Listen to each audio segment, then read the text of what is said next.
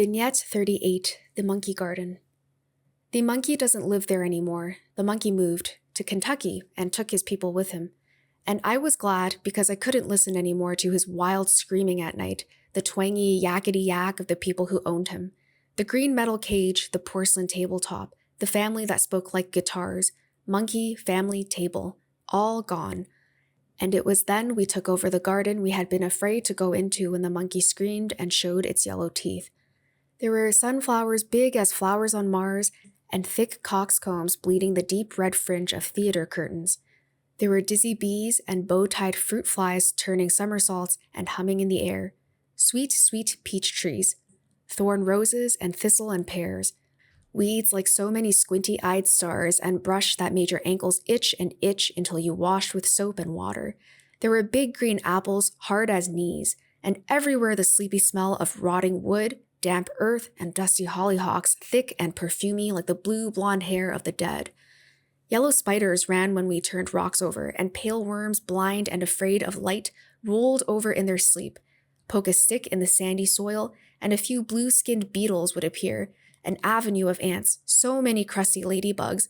This was a garden, a wonderful thing to look at in the spring, but bit by bit, after the monkey left, the garden began to take over itself. Flowers stopped obeying the little bricks that kept them from growing beyond their paths. Weeds mixed in. Dead cars appeared overnight like mushrooms. First one, and then another, and then a pale blue pickup with the front windshield missing. Before you knew it, the monkey garden became filled with sleepy cars.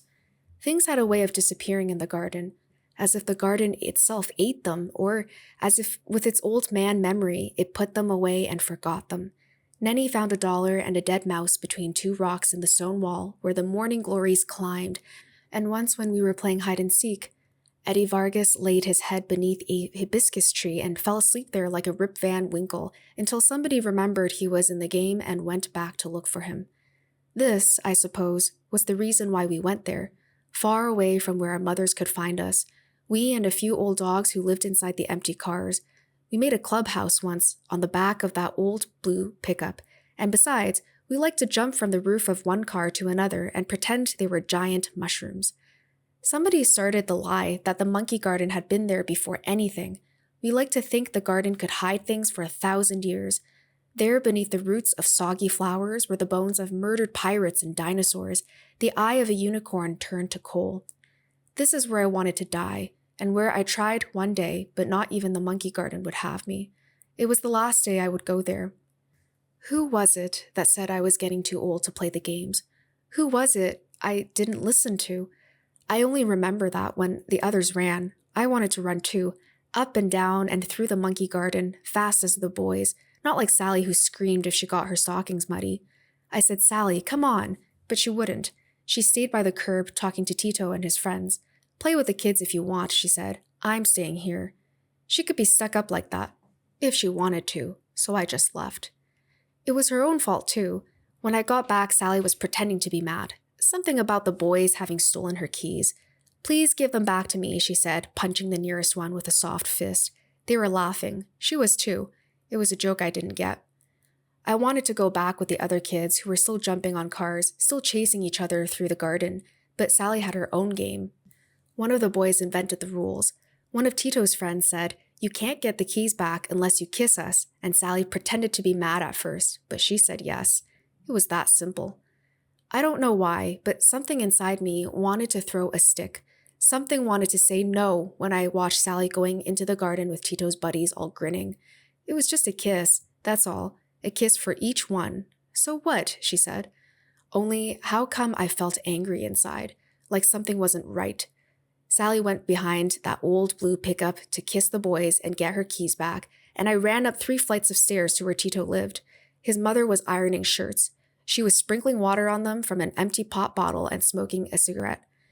"Your son and his friends stole Sally's keys, and now they won't give them back unless she kisses them, and right now they're making her kiss them," I said, all out of breath from the 3 flights of stairs. "Those kids," she said, not looking up from her ironing. "That's all?" "What do you want me to do?" she said. "Call the cops?" and kept on ironing. I looked at her a long time, but couldn't think of anything to say, and ran back down the 3 flights to the garden where Sally needed to be saved. I took 3 big sticks and a brick and figured this was enough. But when I got there, Sally said, "Go home." Those boys said, "Leave us alone." I felt stupid with my brick. They all looked at me as if I was the one that was crazy and made me feel ashamed. And then, I don't know why, but I had to run away. I had to hide myself at the other end of the garden in the jungle part, under a tree that wouldn't mind if I lay down and cried a long time. I closed my eyes like tight stars so that I wouldn't, but I did. My face felt hot. Everything inside hiccuped. I read somewhere in India there are priests who can will their heart to stop beating. I wanted to will my blood to stop, my heart to quit its pumping. I wanted to be dead, to turn into the rain, my eyes melt into the ground like 2 black snails. I wished and wished. I closed my eyes and willed it, but when I got up, my dress was green and I had a headache. I looked at my feet in their white socks and ugly round shoes. They seemed far away. They didn't seem to be my feet anymore, and the garden that had been such a good place to play didn't seem mine either.